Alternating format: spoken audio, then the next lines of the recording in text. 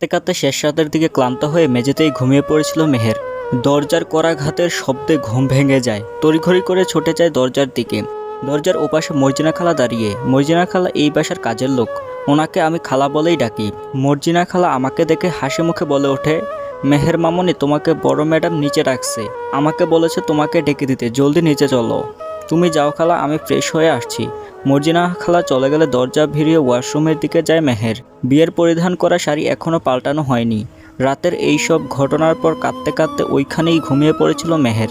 বিয়ের শাড়ি চেঞ্জ করতে গিয়ে উঠে পড়ে পেটের পোড়া অংশ, জ্বলন্ত সিগারেট চেপে ধরায় পেটের চামড়া উঠে গিয়েছে। পোড়া অংশে হাত ছোঁয়াতে জ্বলে ওঠে। বিয়ের শাড়ি পাল্টে সুতির একটা নর্মাল শাড়ি পরে রেডি হয় মেহের। হরেক রকমের খাবার সাজিয়ে সকালের খাবার খেতে বসেছে খন্দকার বাড়ির সদস্যরা। সদস্য বলতে শারাফের মা, বাবা, চাচি, ফুফু। শারাফরা দুই ভাই বোন। শারাফের একজন বড় বোন আছে যার বিয়ে হয়ে গিয়েছে। বর্তমানে সে তার স্বামীর সাথে কানাডায় বসবাস করে। শারাফের আব্বুরা দুই ভাই এক বোন। শারাফের চাচা ছেলে মেয়ে নিয়ে আলাদা বসবাস করে। ফুফুর কবে বিয়ে হয়ে গিয়েছে। বিয়ে উপলক্ষে কিছুদিনের জন্য সবাই এক জায়গায় হয়েছে। ফ্রেশ হয়ে নিচে নামে মেহের। মেহেরকে দেখে এগিয়ে যায় ইয়াসমিন খন্দকার। ইয়াসমিন খন্দকার সম্পর্কে শারাফের মা। ভদ্রমহিলা যথেষ্ট স্নেহ করে মেহেরকে। মেহেরকে হালকা হাতে জড়িয়ে ধরে বলে, কিরে ঘুম কেমন হয়েছে, এত দেরি হলো কেন? ঘুম থেকে উঠতে তোর জন্য সবাই বসে আছি, তুই আসলে আমরা সবাই একসাথে খাবো বলে। ইয়াসমিন খন্দকার আর মেহেরের ভালোবাসা দেখে হিংসায় মগবাকান শারাফের চাচি জামিলা খন্দকার। মেহেরকে দু চোখে সহ্য করতে পারেন না উনি।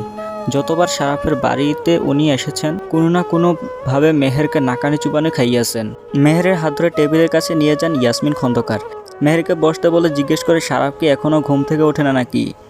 মেহের কোনো কথা না বলে চুপ থাকে। কি আর বা বলবে, ওর কিছু বলার আছে নাকি?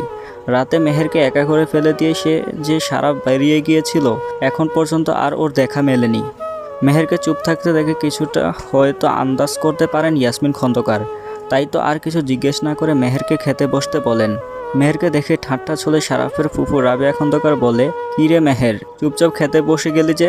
এখানে যে তোর শ্বশুর, চাচা শ্বশুর, শাশুড়ি, চাচি শাশুড়ি, ফুফু শাশুড়ি বসে আছে দেখছিস না? খেতে বসে গেলে যে, সবার খাবার সার্ভ করে দে।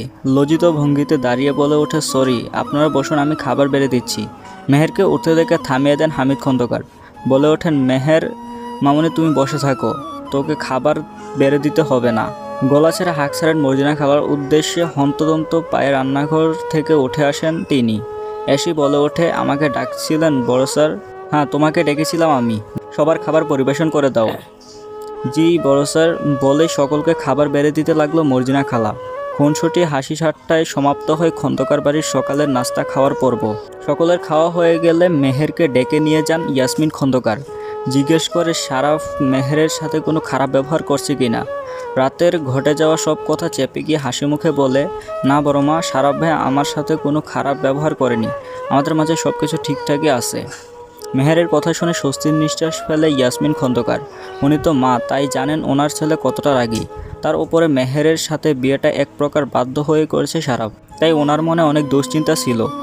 না জানি ছেলেটা কি করে বসে মেয়েটার সাথে। যাক, মেহেরের কথা শুনে একটু হালকা লাগছে ওনার। ছেলেটা তাহলে কোনো রাগারাগি করেনি। কফির মগ মেহেরের হাতে ধরিয়ে দিয়ে বলে, যা এই কফিটা নিয়ে গিয়ে শারাফকে দিয়ে আয়, সকালে উঠে ওর কফি খাওয়ার অভ্যাস। এতক্ষণে মনে হয় শারাফ ঘুম থেকে উঠে পড়েছে, যা গিয়ে ওকে কফিটা দিয়ে আয়। কফি নিয়ে দোতলায় উঠে যায় মেহের। দোতলার একদম কর্নারের রুমটা শারাফের। কফি হাতে ভাবতে থাকে, রাতে যে উনি বেরিয়ে গিয়েছিলেন আর তো আসেনি মনে হয়। এইসব ভাবতে ভাবতে ঘরের ভিতরে প্রবেশ করে মেহের। ওয়াশরুম থেকে পানি পড়ার আওয়াজ আসছে, তার মানে উনি ভিতরেই, কিন্তু উনি কবে আসলো? আমি খেতে যাওয়ার পর কিছুক্ষণ পরেই মনে হয় এসেছিল। এইসব ভাবনার মাঝে ওয়াশরুম থেকে বেরিয়ে আসে শারাফ। মেহেরকে দেখে মেজাজ খারাপ হয়ে যায়।